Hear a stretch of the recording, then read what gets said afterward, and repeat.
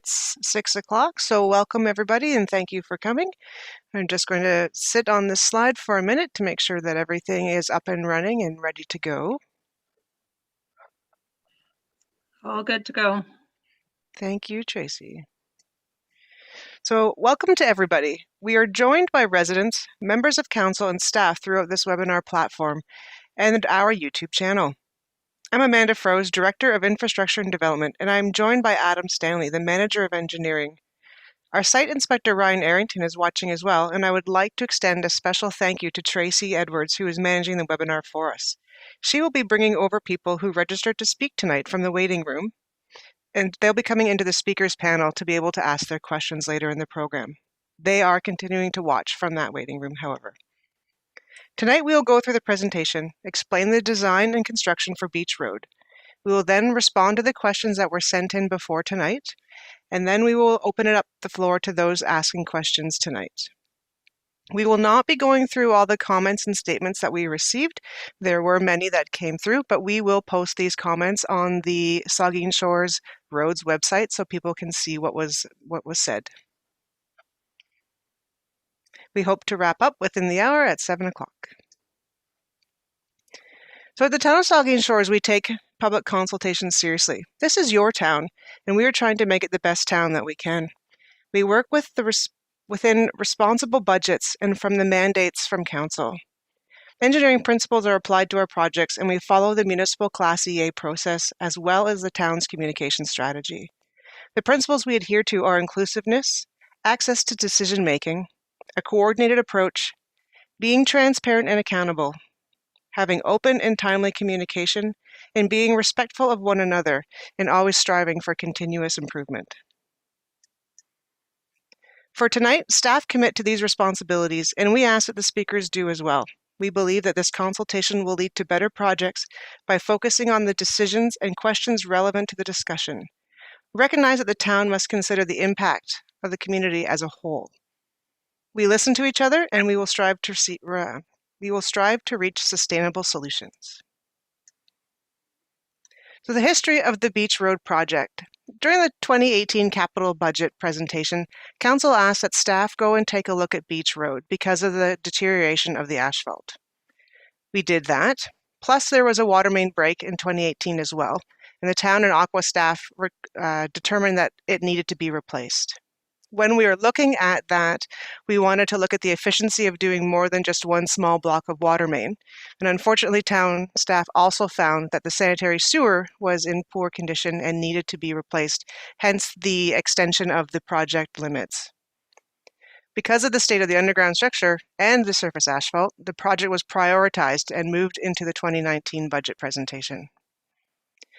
When we were going continue to investigate the existing conditions, we found that the force main also should be replaced while we were there, and that there was very high groundwater, which affected the budget and meant that we would be over the initial budget presented in 2019 and brought the project forward again in 2020. But unfortunately with COVID, this was one of the projects that was delayed till this year. This is a screenshot of what information was shown to council when we came through looking for the budget information. The cross-section, the project limits, and some description of the project explaining the poor condition of the water main, those things that I just mentioned. The other piece that we have in here is considerations such as pedestrian access to the beach, integration with the tourist camp, the parking lot on Lakes or on Front Street with Jerry's Fries, and a desire to soften the urban feel and ask that staff consider mountable curbs. This is the same slide that was shown at the Public Information Center in 2019. So our design considerations. Early on, we considered proximity to intersections, to trailers, to trees. We looked at pedestrians, we looked at the existing encroachments that are there, and we reviewed the feedback that we got from the Chantry View Drive project as well. When we looked at it again this year, we also took into account the new recommendations coming out of the Transportation Master Plan and a cross-section for neighborhood streets. This neighborhood street has a minimum lane width of 3.25 and recommends urban drainage such as curbs and sewers. So this is a computer rendering. Thank you to Adam for being able to put this together on the right of Beach Road between Huron and Lake Street looking east. So on the left, you'll see what we see today, and on the right, a superimposed cross-section with topsoil in the green, concrete sidewalk on light gray on the left, and then the roadway in gray in the center-ish, and topsoil again on the green on the right. You will see tree trimming on future drawings, but on here you can see that down the road there could be trimming as that curb goes down on the right-hand side. This is a section between Huron Street and Lake Street looking west, so the same area, but turned around. On the left, you'll see that there is the impact to the trailers, but it's because of the angle. So the road and the curb will go just in front of that trailer that you see up above the rendering. The sidewalk is on the other side, and then again topsoil and seed to match into the grading on the right.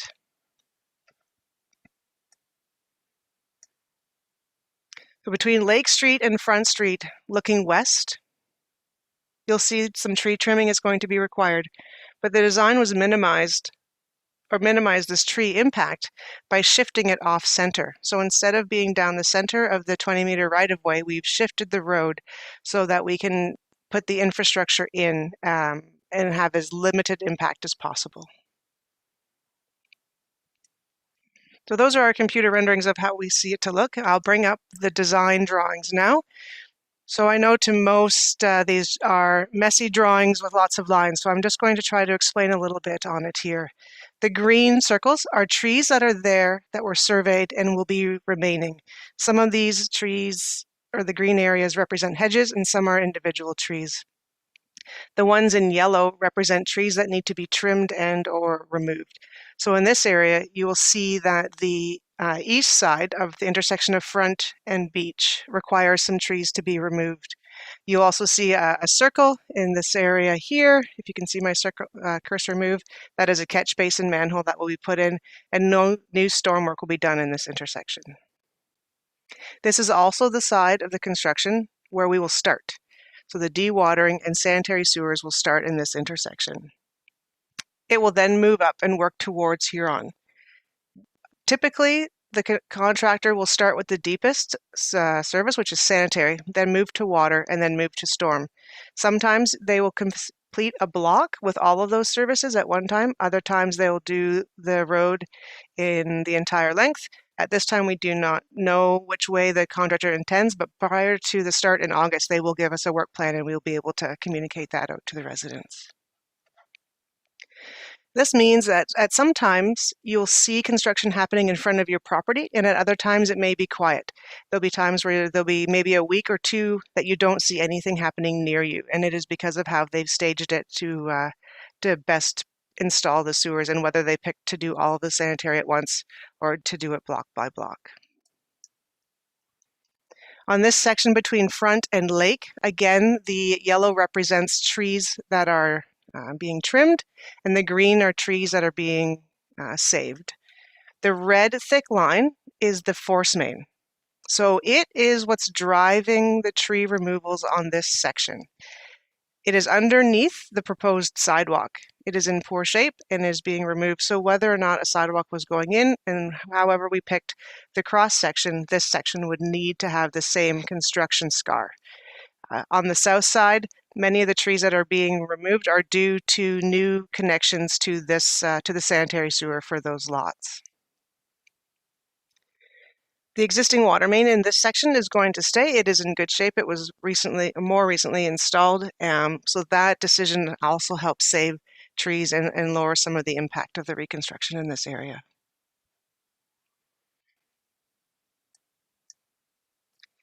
From the section of Lake through Knowles and over to Huron, you can see the red line again representing the sanitary force main that is still within that boulevard area and underneath the sidewalk, and the new water main that started the project in the first place, which is from Huron to Lake on the south side, the blue line there.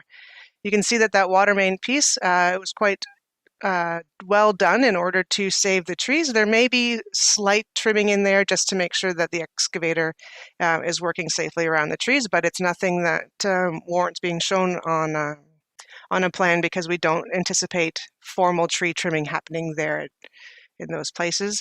There's one section just at Knowles Lane where some trees will need to be removed, and then you can see up near Huron Street at Beach Road, there are trees in that location. In this area here, the force main has to go in first. This is a bit different than what I had said at the beginning because it's not the deepest, but we needed to find a location for the force main that wouldn't impact the gravity sewer later. So this is one of the pieces where you have to balance engineering design as to how they're going to construct it.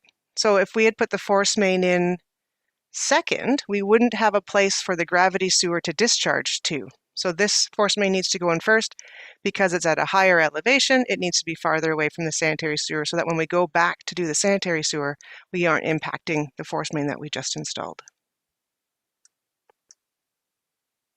So this is the section of the force main on Huron Street, and because of its location, the existing infrastructure, and the desire to not have to reconstruct a piece of Huron Street, we have the boulevard work here. And this section of hedge would be replaced because it's such a large section, and we'll work with the homeowner to have those put on or directly beside the property line in this area. The force main and gravity main piece, I just want to explain a little bit. When your house comes through discharging the sanitary waste, it goes into a gravity sewer. In this area, all of that drains to the west. It then is collected in a pumping station, and then force main takes it under pressure back up to the treatment plant. So in this area, that's why you have two sanitary pipes in the road. So during construction, what you can expect. So the road will be closed during construction. You will have access to your properties after 7 p.m. every day. The only exception would be if there's a reason the contractor needs to leave a trench open at the end of your driveway. When that happens, you will be given plenty of notice. If they need you to not access the road during the day, again, you'll have notice the night before, and quite often Ryan will come around with a gentle knock in the morning and ask if you want your car out because the construction activity is going to block your driveway. Because of this, we will look to prepare laminated cards for your parking off-site. So we'll give you one that you can put in your windshield, and then the bylaw officer will know that you've been displaced during road reconstruction and there's no concern with you parking anywhere in the parking lots near Jerry's Fries, for example. Garbage and recycling will continue on your normal collection date. If you bring your receptacles to the bottom of your driveway by 7 a.m., the contractor will carry them down to the end of the street where Basra can come pick them up. If you put your name and your address, or just your address on them, they will be able to return them back to your property at the end of the day. The working hours are from 7 a.m. to 7 p.m., Monday to Friday. So you will see activity at those times unless weather or delays due to subcontractors occur.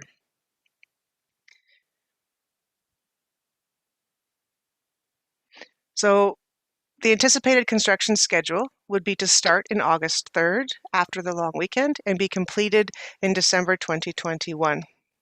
The contractor is EC King Construction, and project management will be done through Adam Stanley and Ryan Arrington.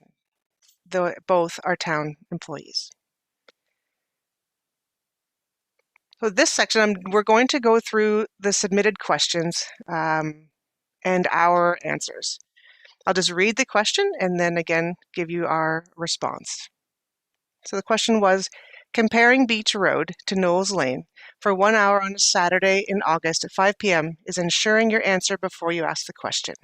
Beach Road, by your own admission, is the gateway to the beach, as well as a pickup location for Jerry's Fries.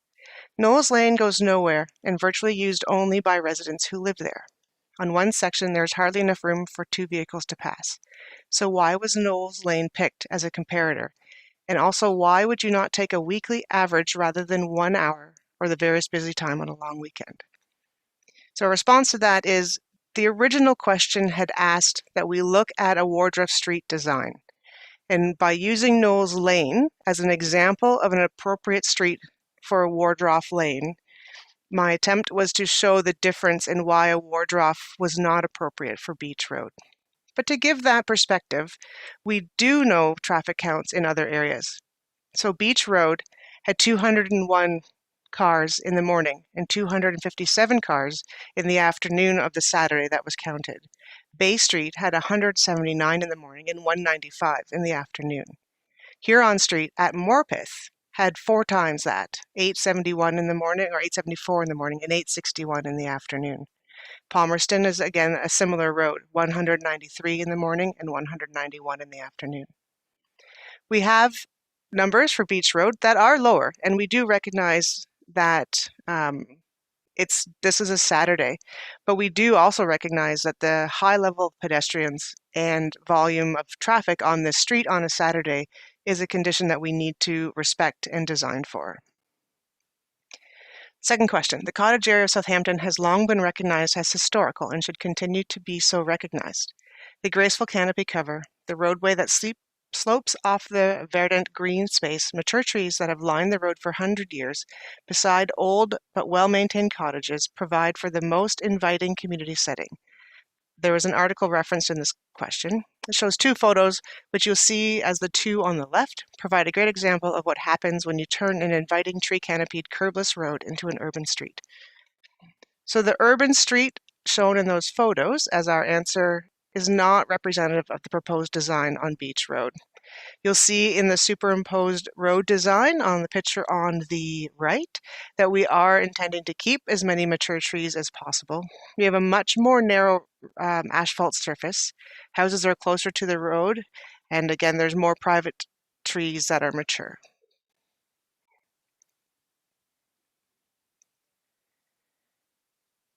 I'm just going to make sure I didn't skip a page. There we go. Are there plans or proposals to change, develop, redevelop, or enlarge the land west of Front Street between Beach Road and Island Street that currently host Jerry's Fries in the Pavilion? There is not at this time, and these are municipally owned lands. What changes were made to the original design of Chantry View as a result of input from concerned residents? After the Public Information Center and the council meetings, we increased the sidewalk width from 1.5 to 1.8 meters to make the use of the sidewalk easier by strollers. We added a bike lane. We reduced the asphalt width from 8 meters to 7.5. We removed on-street and boulevard parking to accommodate this reduced asphalt width. And with that, this year we're also painting some parking spaces down at the end to make it clear parking and hope to be able to provide more parking in that area. We use barrier curb to protect the sidewalk instead of mountable curb from wayward cars. The engineering design of storm sewers that is to be used is yet to be approved by the Ministry of Conservation and Parks. What happens if the new design is not approved? Will Beach Road have to be ripped up and redone? So a certificate from the MOECP is required before construction starts. We will not start construction until that certificate has been signed and arrives. However, this is the same design that we did for Chantry View, Lambert Lane, and many more throughout the province have been done using the same LID stormwater management system. It meets the provincial standards, and it was done using engineering judgment, so there is no reason to expect that it will not be approved. What speed limit was proposed for the current design? And if a design change allows for no sidewalk, making pedestrians, cyclists, and motorized vehicles share the road, what signage would be posted and how would that affect the speed limit? The proposed speed limit is 40 kilometers an hour, just as it is today. The town has a newly approved process in place that allows residents to request traffic calming studies as well as speed limit reduction reviews. This can take place at any time in the future. The process involves a staff review, potential traffic counts, a recommendation to council, and then, if necessary, an update to the traffic bylaw. Are you willing to share the total public input for this project? Yes. Everybody who submitted comments has been asked if their comments could be shared, and those that said yes, we will put those comments up on our website on the roads page. Why are mountable curbs and not barrier curbs shown in the typical street section on the north side as no parking is proposed? We used mountable curbs to maintain cover over the water main while matching the property elevations. This takes the difference in elevation from the center line to the property line down more, and in a flat area like Beach Road makes it easier to work with. It was also requested that we consider this as a way to soften the look of the urban cross-section. We still do need curbs because they are the drainage path for the stormwater management and they protect the edge of the asphalt. If plans call for as little disturbance as possible to the existing setting, when will you mark lines for road, curb, sidewalk, if still in the plan, and tree removal? At the end of this meeting, we will determine if this request is still required. If it has not been done, this has not been done before on any of our reconstruction projects, and if it's only desired by individual property owners, it may be more appropriate to come out and address the questions site by site than painting the entire road. A recent quote stated all trees, shrubs, and hedges will be left alone or replaced as necessary. There are 35 mature trees that line our property. If clear cutting is your choice, can you please tell us the size, type, and date that we expect replacement to take place? The town does not have a policy on replacement of trees during reconstruction projects. They are carried out with the individual homeowners where private trees are removed. Public trees are replaced as budget allows and determined by staff. If a request for substantial replacement, like what happened on the Bruce Road 25 project by council, then staff work with council to find a funding source to do a replacement program. And in that instance, we worked with Saugeen to get the trees planted. My simple request would be that we reconsider the need for a sidewalk. Removing the sidewalk would allow a significant reduction in the width of the road and hopefully would save our tree line. So like I had mentioned as we went through the drawings, tree removals will be required whether we put a sidewalk in or not. They're required to install the water main and the force main with appropriate MOE separation spacing, and therefore the impact would be the same.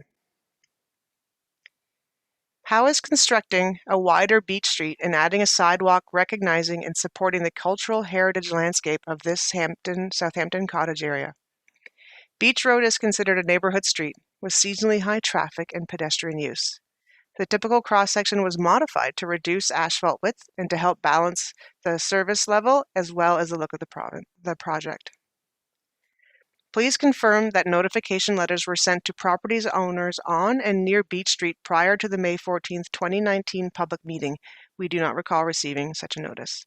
Letters were not sent to individuals. It was advertised through social media, news releases, newspaper, and the town website, as it pertained to all reconstruction projects throughout Southampton. The same was done that year for the Port Elgin one. We held them on 2 nights, 1 week apart. Where is the public record of comments from the consultation for the Beach Street reconstruction design phase in 2019 as part of the Public Information Center? Where is the feedback documented and posted on the Saugeen Shores website? Where is the record of how these stakeholder comments were considered in the design process for Beach Street reconstruction? Staff were available to answer questions on the floor at the Public Information Center. We had project boards up with the design shown, and people could wander around, look at the signs, and ask direct questions to staff. So no comments were formally received by email or by letter. The designer would have heard and written down the verbal comments for consideration. Typically, we mark up those drawings as with the comments so the designer can take them back and put them into their consideration or take a look at them as they're going through the design process. Consultation records are not mandatory for these types of projects within the municipal Class EA process that we follow. What other alternatives for the Beach Street reconstruction were considered without a sidewalk? There is the do-nothing concept, which would be to leave the road as it is. We determined that that was not appropriate to maintain the level of service needed for this street. All other options included a separated pedestrian space, but reviewed different asphalt widths. An active transportation path or bike lane or bike path, just like on North Shore Road, was quickly dismissed as the impact to having a 3-meter wide path was too great. We also reduced the sidewalk width to make it 1.5 meters instead of our standard 1.8 meter curb face sidewalk for this same reason. It is unfortunate that the May 14, 2019 public meeting on this and other roads projects was held prior to the May long weekend, which is the earliest that many cottage stakeholders arrive in Southampton. Going forward, will the municipality schedule PICs for street and other improvements in the cottage area in June, July, or August, or provide options for remote participation? So the timing is difficult in Port Elgin and Southampton because of the seasonal populations and the way we can do and timing we can do construction. Construction needs to be finished by December when asphalt plants close, and depending on the length of the project, you need to have it starting before June. Sometimes we want it to start later in the summer, like on Beach Road, so that we can impact the summer the least. So we are trying to start in August here to make the summer as long as possible and allowing July to be without construction activity. With the new Zoom format, involvement is much easier for people from afar, and the town is also committed to providing more information on our website so that we can access it at times. So we have, for this year, roads coming up during the design process.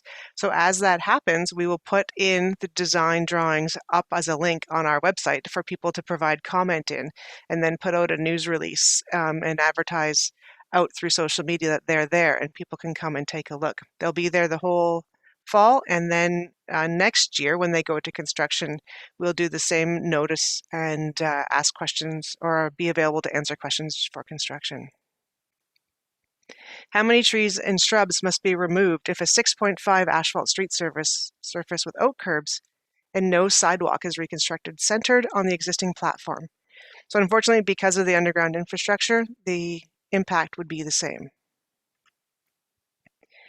Why are the curbs included in the Beach Street reconstruction if they are not necessary to direct rain, meltwater to the grates to the new storm sewer that is being installed as part of the road reconstruction?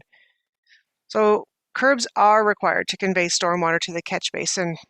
The other option is to have ditches with driveway culverts, but they would have a greater impact on this cross section. If the trees or shrubs must be removed as part of the reconstruction, will the trees or shrubs removed from both public and private property be replaced in consultation with the private or the property owner? This depends on the homeowner for privately owned trees and what they would like. Some of the trees will be replaced within the right-of-way, but that will be depending on their location, the sight line, their spacing, and how close they are to existing infrastructure such as overhead hydro. How will the construction site be dewatered, and what will the contractor do with that collected water? So the site will be dewatered by well points and vacuum heads, and this water will be discharged to the storm sewer on Lake Street. You note the traffic count on Saturday in August saw a peak hour of over 200 vehicles. Were they speeding excessively? We looked at all the speeds from the August and the November traffic counts. And the average speed in August was 20 kilometers an hour, with the 85th percentile being at 34 kilometers per hour. So that means pretty close to 85% of the cars that were going down the street were going at a speed less than 34 kilometers per hour. There may be peaks and valleys in traffic counts on Beach Street. What is the summer average daily traffic volume, which more accurately reflects the average number of vehicles on the street? So the average daily traffic in the summer was 16 cars an hour in the morning and 52 cars per hour in the afternoon. What is the collision history on Beach Street over the past 20 years? The collision data was reviewed for the last 4 years at intersections with more than 2 collisions, because this is what's documented and what we are shared with from the police services. Beach Road does not appear on the list of roads with intersections that have had more than 2 collisions in the last 4 years. Does the municipality believe that all cottage streets without sidewalks are not safe? No, each street is reviewed in its specific context. Does the municipality believe that all cottage streets without sidewalks do not promote walkability? Again, no, each street would be reviewed in its specific context. How far down the road will the sewer repairs go? Down to Jerry's, or does it stop at Front Street? So the sewer repairs go from Front Street to Huron Street. There will not be work happening within the parking lot towards Jerry's. If you have to go down to Jerry's, is the parking lot going to be done at the same time? We would prefer to have it done at once rather than having a second summer of construction and truck traffic when they realize that the parking lot needs repair as well. So we're just working on the entrance this year, and Community Services has some work forecasted in their 5-year capital plan for that parking area. What is the plan for the intersection at Beach and Front? Right now, there is only one stop sign on Front Street. There are so many cars that roll through the intersection looking left as they make their right turn onto Beach. Cars going west on Beach make a left turn onto Front, cut the intersection short, and turn onto the wrong side of the road, or gun it around the corner, throwing stones and dust. Hopefully with proper roads that will stop, but we will like to see a three-way stop here. Some of the neighbors talked about speed on the road, and a stop sign at Beach and Front would really slow down as they go to see the sunset. There are always stops all the way down Beach, and adding one more would help in controlling the speed down to the parking lot. Staff will review this with the stop sign request process to see if it's warranted to have one on Beach and also to have one on Front. Chantry View has no parking on both sides of the street. With the parking lot so close, can we request no parking on either side of the street from Lake to Front, at least since the roadway and sidewalk will be taking some of the front of the properties. It will also help that some of the congestion we get on that end of the beach. Staff will consider this. The section in front of the tourist camp, however, requires parking for the trailer users, as the minimum parking will be restricted to only the south side as boulevard parking. This will require a change to the parking bylaw for 2022, and that can be in place before you're back to parking on there next year. The same with the stop sign. That would require a change to the traffic bylaw, and we'll take a look at that piece quickly so that that could be implemented as soon as the construction is completed here. Where will the sidewalk end? Will it stop just at Front Street, or have you considered taking it right down to connect with the boardwalk on the beach? Currently, the sidewalk is proposed to end at the entrance to the parking lot just past that last driveway. How will this affect our services such as phone and internet? There should be no effect. Water distributions are the one that is necessary, and that only happens when your house has its final connection to the water main. This is typically for about half a day, and you'll be given notice in advance of this happening. Any other distribution to utilities is unplanned, such as accidental contact with a utility line. When will be the best time for individual meetings with you about our own properties? There are issues we like to talk about, and would be best to have someone come and see what our needs and requests are. So at tonight's meeting, if you still desire to meet on site, please email Adam to arrange, and he will go down and look at your site with you. This presentation will be put up, or is already on our website actually. So if you want to take a better look at those drawings that show the trees that are going to be trimmed versus those that are going to be removed, and what's going to happen across your front of your property line, that's there for you to do at your leisure. Which end of Beach Road are we to start with, east or west or vice versa? So the project starts at Front Street and will move east. So with that, we can open the floor to questions from the residents that have registered.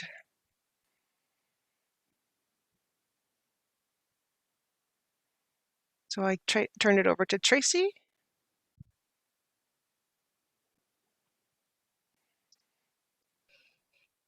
Did you want to stop your screen share or? No, because if someone wants me to go back to a drawing, I can do that easily this way. Thank you, though. Marilyn Stevenson and Chrissy Stevenson Walsh are in the meeting. Excellent. Hi. Please. Not sure where my mother is. She's not at home, so she may be having difficulty connecting, but I don't personally have any questions. Did you know if what her questions or concerns were? She's been pretty vocal. I think several of those that we heard that you just told us are her, I think. Okay. So if she can't get the technology to work tonight, then I invite her to call or email Adam, and we'll talk directly with her outstanding issues. And hopefully she can hear me say this as well. I hope so. Okay. Thank you.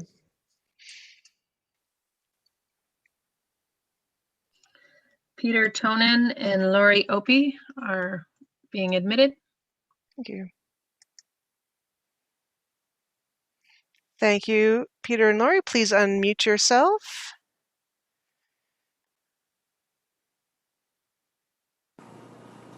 Thank you. You're unmuted, so go ahead with your question. Thank you. thank you for the presentation that you put together. I still have questions, and Adam, I would like to meet with you as soon as possible. I'll send you an email tonight in regards to seeing exactly where the lines of construction are going to run, kind of on both sides of the road. Okay, yep, that's, we can arrange that. Yeah, I know that there's other people who have been involved with a lot of the emails that don't necessarily believe in what I'll call it, the repair process will be. But I feel like we're beyond that now, and I'm not going to make any other comments as to the process and how people were kind of surprised when they found out this year that this was going to happen. We can talk about that another time. Lori, do you have any questions? Yeah, sorry, excuse me. Amanda, just a quick question in regards to, in your presentation, you mentioned about issuing laminated parking passes if, during that time we can't park in our property or close by. If we have guests and stuff, are we to, give you the heads up and give you a number, or how many parking passes would you be issuing? For sure, we'll give every residence 2 to start, and then if you need more, again, you reach out to Ryan or Adam, and we'll make sure you have them to cover who you've got. Okay, great. Thank you. Welcome. That's it for me. Thanks. Thank you. I think we're good. Yeah. Thank you for joining. Yeah, thank you. Karen Jowett is being admitted to the room. Excellent. Good evening, Karen. If you wouldn't mind unmuting yourself and showing your video, that would be excellent. Thank you. Thank you. I don't really have any questions at this point, but one of the questions I did ask was about no parking on the west end of Beach Road. But I did not consider the people who live on the south side and might want to put their own personal visitation cars and that. So I think that would be something that more people should have input on. I was just thinking of trying to reduce some of the congestion down at that end. My husband and I are also one of the ones who would like to meet with Adam individually, and again, we'll email him and set up a date. Sounds good.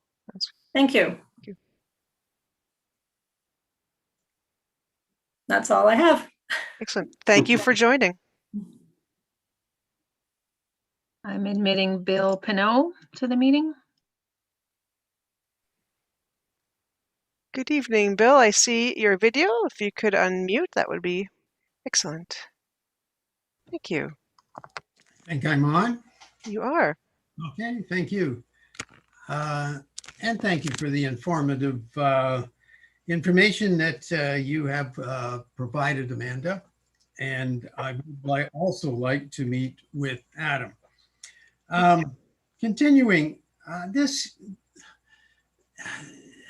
I'm going to go back to the town's official plan, or Saugeen Shore's official plan. And in this vision, it had to deal with to preserve both the identity and diversity of the unique communities that that are in each of these areas. And I guess I always thought of this part of Southampton as being quite historic. And it's an attraction for people coming to Southampton in that particular area to drive down a street like that and look at it as a very welcoming environment. And I really hesitate to think of curbs as being inviting, other than inviting speeding down a road. But sticking up a sign like 40 kilometers is just not going to cut it. So I get very concerned about that. So the engineering design involves taking many things into consideration. 1 is drainage, which is the curb. 2 is pedestrians. 3 would be traffic. 4 would be the underground infrastructure. grading, matching into the existing elevations, and trying to keep the design at a scale that is representative of that area. And for the design that we've come with, we believe that we've made compromises from the standard urban cross-section to be able to meet that last one of fitting into this area better. The road cross-section, I'll flip back to that. Mind the dizziness here as I go quickly. The cross-section here is 6.5 meter cross-section. That's 1.5 meters or 5 feet more narrow than a standard roadway asphalt width that we have in the town. When it comes to winter clearing, we are required to maintain 5 meters minimum of cleared road. This only gives us 1.5 meters on either side to get those snowbanks to make that happen. Also, there's very small distance between the house and the road. So in this area, we don't have the luxury of pushing snow even farther onto the boulevard. So to us, 6.5 meters really allows us to maintain the street safely throughout the year, as well as keep as many of those trees and limit the impact closer to the houses. So okay, thank you for that. The idea that a sidewalk is absolutely necessary, that is also in your view. Yeah, so if we go back to, and I think there's some emails about the transportation master plan. Yes. It talks about the looking at it case by case for proximity to recreational areas and commercial areas. And we have both in this instance because we have Cherry's Fries as well as the beach. So in taking that into consideration, a sidewalk should be implemented at least on one side of the street. We don't feel that it's warranted on both sides in this case, but other areas of town where we have those two components, we would be putting sidewalk on both sides. And how far was the road shifted south in order to accommodate this? It actually depends. So as you get further west, it's only about 1 meter to 0.5 meter in spots. And then as you go east, the road edge asphalt to the new curb line is almost 2.5 meters in some places on the south side. So there's more impact in that regard, probably on the easterly block or the second block from Lake to Huron. Than there is on the Lake to Front Street. But again, we tried to make sure the impact would fit with what we're doing for the underground work. So essentially, like the cross section will follow where the trench lines will have to be for the force main and the water mains. And that way we're not having to go further back in and remove more trees than would be necessary. So that was. And thank you. And the pictures that were shown where that had green trees and then orange splotches. Could you define those orange splotches? Is that like clear cutting or what is that? Those will not be clear cut per se. Again, we're dealing with some areas that have some cedars down there. Like and cedars tend to grow in clumps. So what we would probably do, we'd look at, okay, how far back do we have to go with the trench and try to make it as safe as possible, because the last thing we want to do is leave a tree that's at the top of the trench and we have workers down in there and it could topple in actually while they're working. So what we'll do is we'll look at it case by case for those sections and only remove what we feel is necessary to make it safe for the trenching. And we did touch on too some replanting. We do try on every project to work with homeowners to do some replanting in those areas that are most impacted. Obviously, we want to make sure any plantings that happen are suitable for the location. We don't want to put it back over top of the forest main so that when we have a problem, we have to go back and remove it down the road. But we're pretty open to working with residents.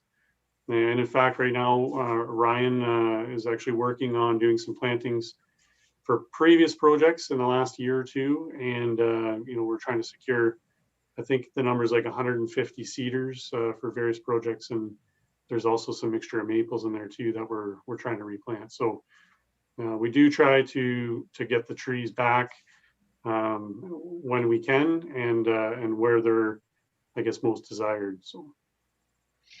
But like I had said in the presentation, it's not a one-to-one replacement. We work with the homeowners to make sure that we are satisfying what they want on the private side, and then what we can do on the public side when it comes to infrastructure and those sorts of things. But we do try our best to get as much back as possible.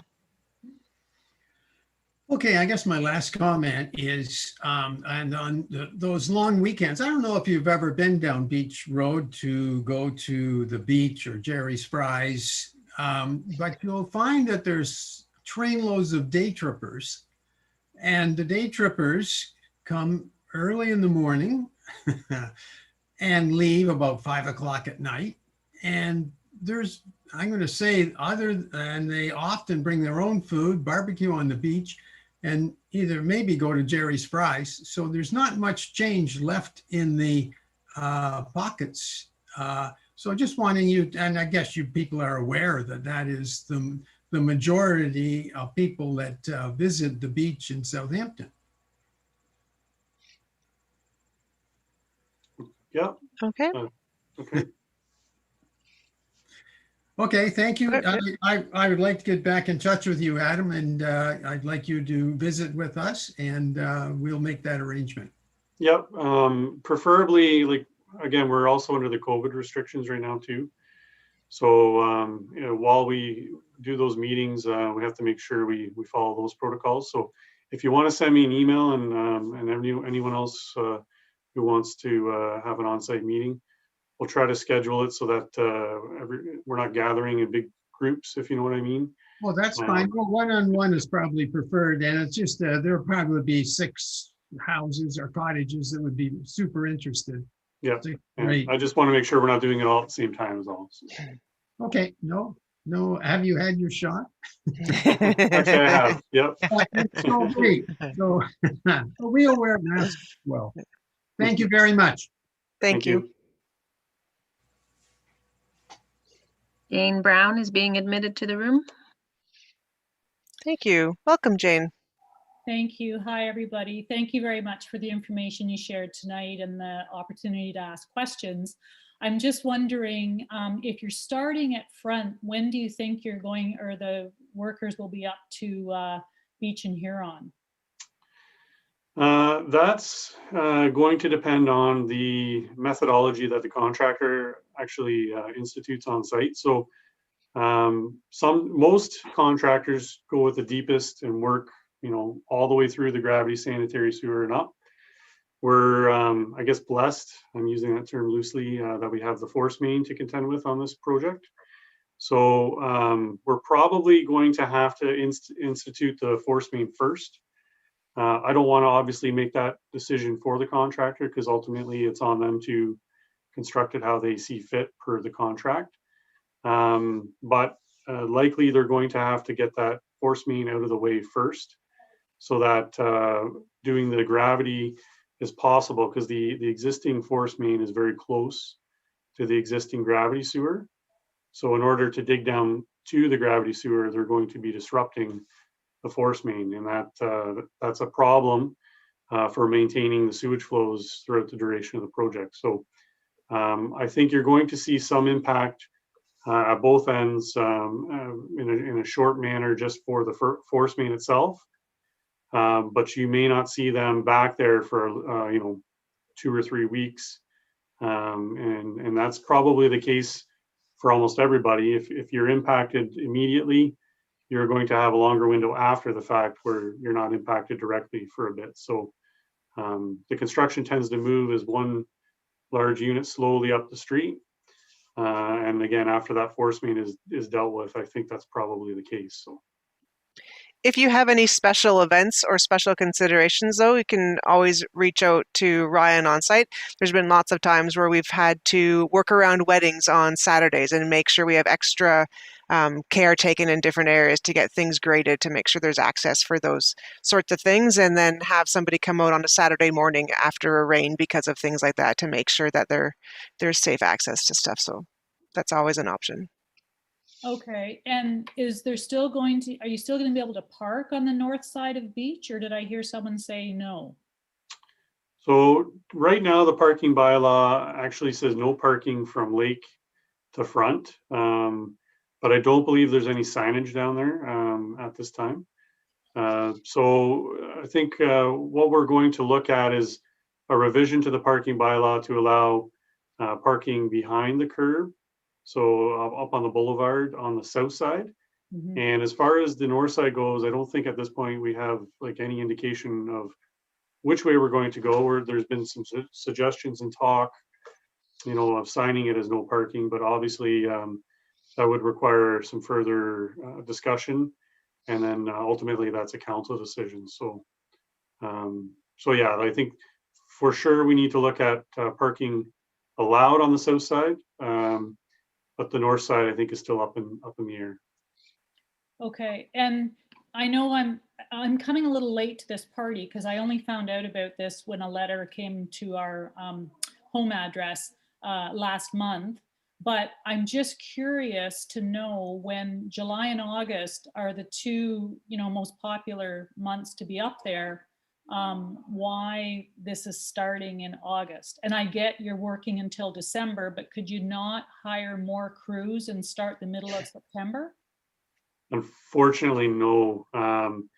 The problem we run into is, again, you can only have one construction, like if it's one construction site, the Ministry of Labor does not look favorably on having multiple crews on one site, multiple different contractors. So if it's the same contractor, they're going to probably have one or two crews going constantly through that duration. But again, they can only take that job piece by piece as it is. So you're kind of locked into basically the install is determining the timeline, if you know what I mean. So you have the groundwater issue to deal with. We're dewatering. It's going to take 2 or 3 weeks to lower that water table. So if that starts in August, it's near the end of August before you're actually doing anything with depth on site. So that's why I believe the force main will probably be first, because it's shallower, and they'll be allowed to work on that. But in order to get the asphalt in before the plants close in December, we need to make sure we start and give those contractors enough time. So hopefully does that answer your question? Okay, so I'm just curious also, is water or sewer service to the cottages along that stretch of road going to be affected during this construction? You will have some turnoffs. We will be doing some turnoffs to get these services installed. We try to leave the water on as long as possible. You will get notice, written notice. We typically drop a notice 2 or 3 days in advance. The minimum would be 24 hours unless it's an accidental hit. So sometimes water services, our records are not maybe the best, and they do get bumped with the equipment by accident. We try to limit those with obviously the locates. Yeah, so you will have some disruption. There should be notice for those time periods, and we'll try to work with you on site to make sure it, if you have, like you say, if there's a wedding or something or an event, then we can work around that. But that's unfortunately the inconvenience of construction. So. Okay, and just as a general idea, are you talking about a couple of hours? Are you talking about a whole day? Are you talking about multiple days of disruption? So when they're tying in the water main itself, you may experience up to a full day, like 8-hour day. But when you wake up in the morning, you will have water. And when you go to bed at night, you will have water. It'll be during that daytime period. The service connections will be very short and brief. So they will take less time likely to do the tie-in. I would say probably a couple hours. But you can expect at some point when they do the tie-ins for the water main itself, that you will have some downtime throughout that daytime. So. Okay, and so to ask specific questions about our property, I should reach out to you, Adam?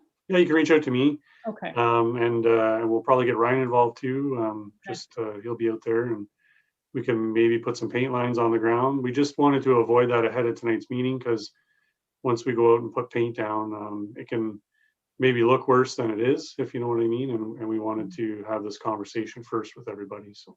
okay. Thank you very much for your answers, and that's it for me. Thank you. Thank you.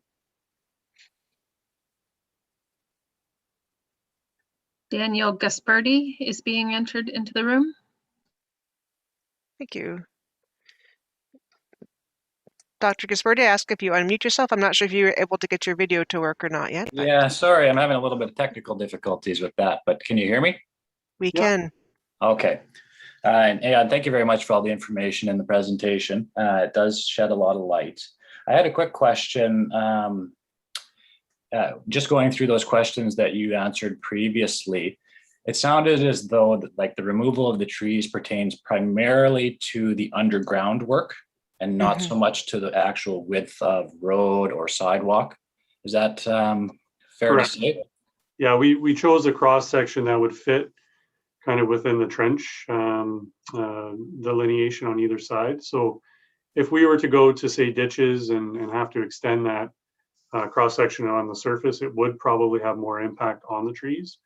Right. So going to the cross section that we've shown with the mountable curb, the 6.5 meter asphalt, and the 1.5 meter sidewalk limits that. So I guess that speaks to my question then. So I guess when you were looking at the underground work, was this project chosen because it could potentially have the least impact on the surrounding trees and the area, I suppose? You mean the cross section? Was it chosen? Or Yeah, I mean, not knowing too much about the sewage and whatnot, but I guess I'm wondering, are there alternate ways of doing that construction that impact the area less? as far as there are, they come with the burden of cost though. We would typically pay, $200 to 300 meters or $200 to $300 per meter for sanitary sewer. That's open cut. If we were to go to directional drilling, we would probably see a neighborhood of $700 or $800 a meter. And I'm just throwing those numbers out there because honestly, right now with COVID, we're having a hard time pinning those numbers down. It seems to be kind of floating all over the place. But the fact that the road itself is in such poor shape wouldn't really warrant us to try to save the road surface. Like we typically would put in trenchless technology in a project where it's say a brand new road or it's worth saving above. So unfortunately, with the road being so in such poor shape, the cost benefit to open cutting it would make it more appealing. So. Fair enough.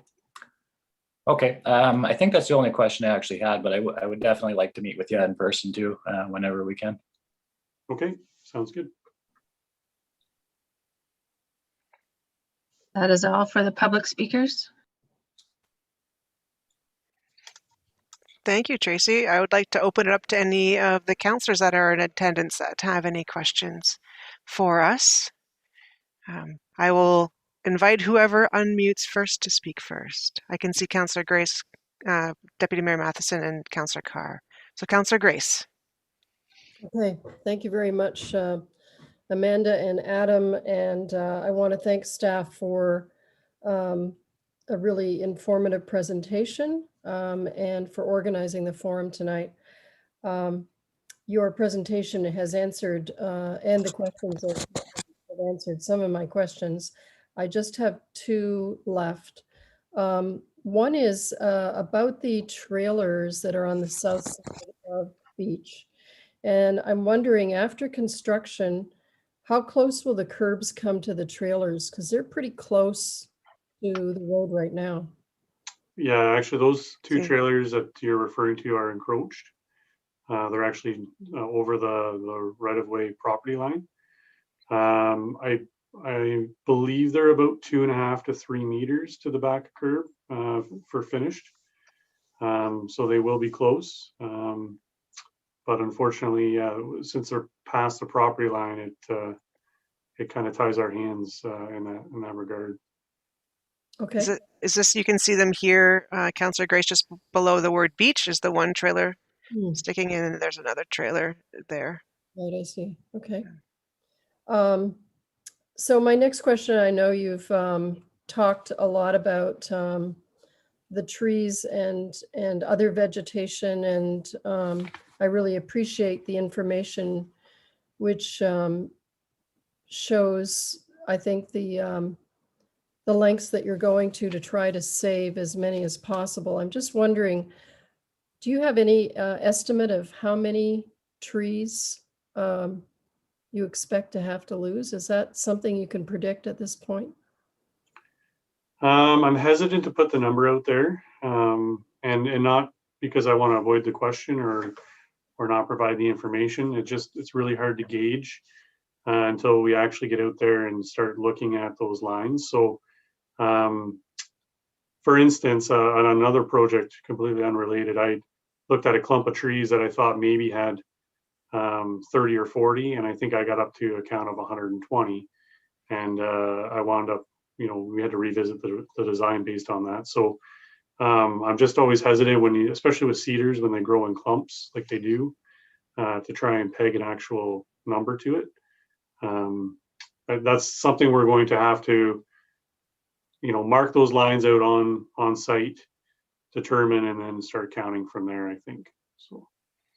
So I was going to add to that as well, Councillor Grace. You'll see a lot of these trees will definitely need to be trimmed, but it doesn't mean that the trunks are going to come down. But when it becomes the cedars, they react differently, and it's hard to even sometimes just count how many cedars are grouped together in that piece. So as we go out, then we'll look at each individual lot and talk to those homeowners about them coming down and being replaced or just coming down.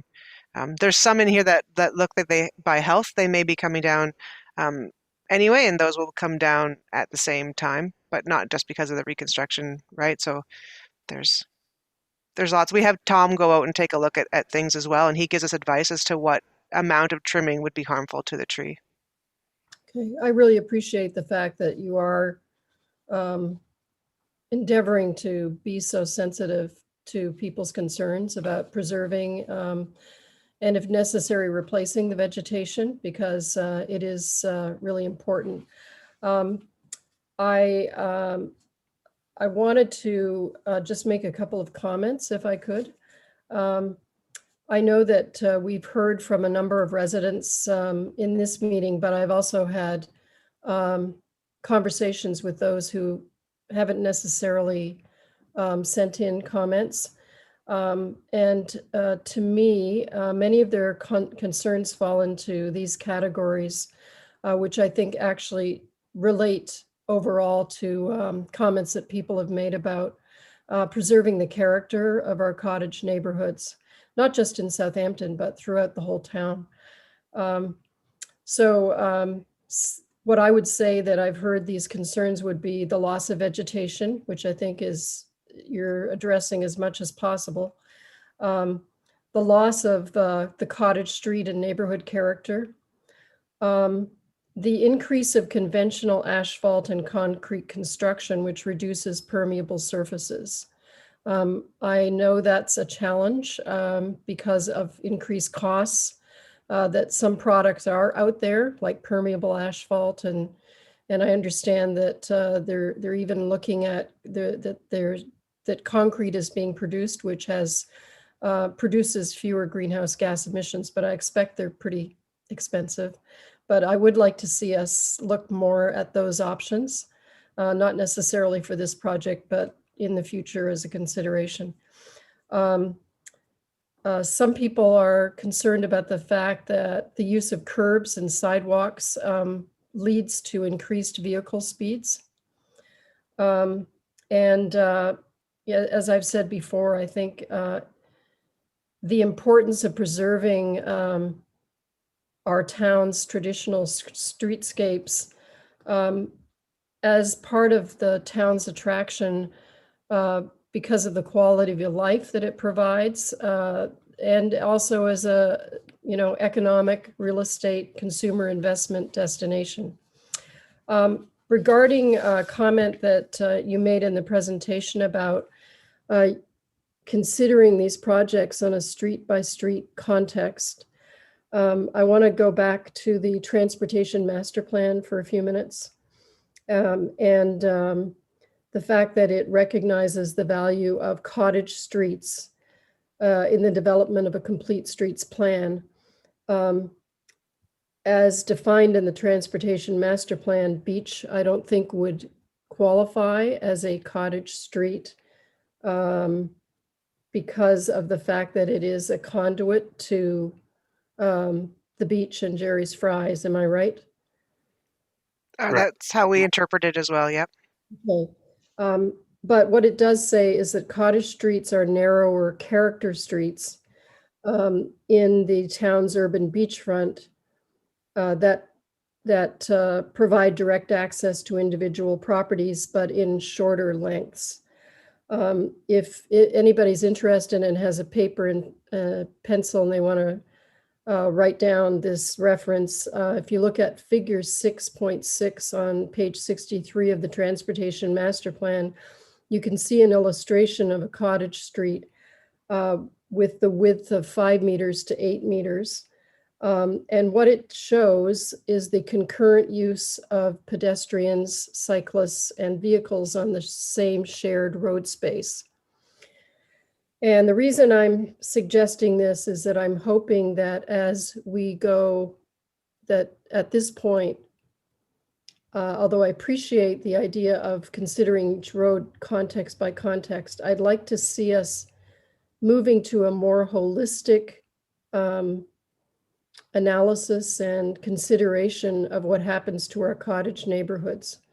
That I think that would give us the opportunity to have a broad discussion and engagement with residents about what they would like to see in their neighborhoods, what things they value.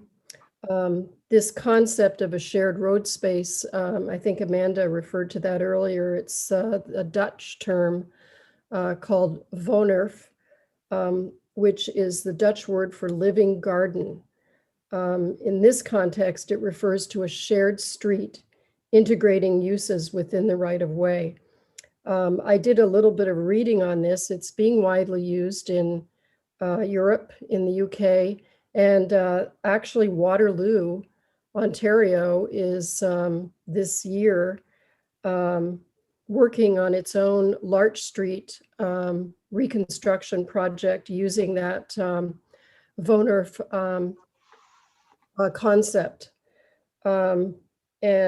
So I would like us to try to consider that more in terms of a broader concepts as we approach how we're going to consider improvements in our cottage neighborhoods throughout the town, not just Southampton. So thank you again for providing this forum for us and for the considerations that I think you're doing. I was pleased to see the fact that the asphalt is at 6.5 meters is going to be 2 meters less than the urban standard, and that you're changing the angle of the road to try to preserve as much vegetation as possible. Those are my comments. Thank you. Vice Deputy Mayor Matheson or? Deputy Mayor Matheson? Sorry. That's okay. No, I've been emailing the Vice Deputy Mayor a lot today. I apologize for that. that's fine. As Councillor Gray said, I really appreciate the work that you and Adam and staff have put into this. You've tried to minimize as much vegetation loss as possible, but people have to understand the difference between private property and road allowance. So we have to do what we need to do to make the road proper and safe. I do like the idea of the sidewalk going down there. It goes down Huron Street. And just today I went down and I passed 4 couples walking on the road, which then put me into the left lane because the roads are too narrow. I think this is looking after safety. It's looking after our streets. It keeps everything good. So I know people don't understand why we have to do it, but we have lines that need to be replaced. Timing If we started now, we'll be down all summer. I like the timing idea. It is tough, but you guys are doing a great job. So please keep it up. And as the people contact you, keep doing what you're doing. Thank you. Thank you. Thank you. And I'll see if Councillor Carr has any questions. Is the last councillor there?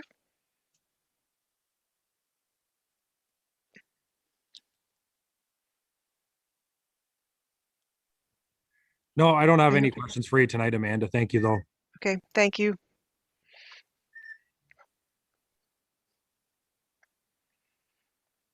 I'm just going to put up, oh, apologize for that.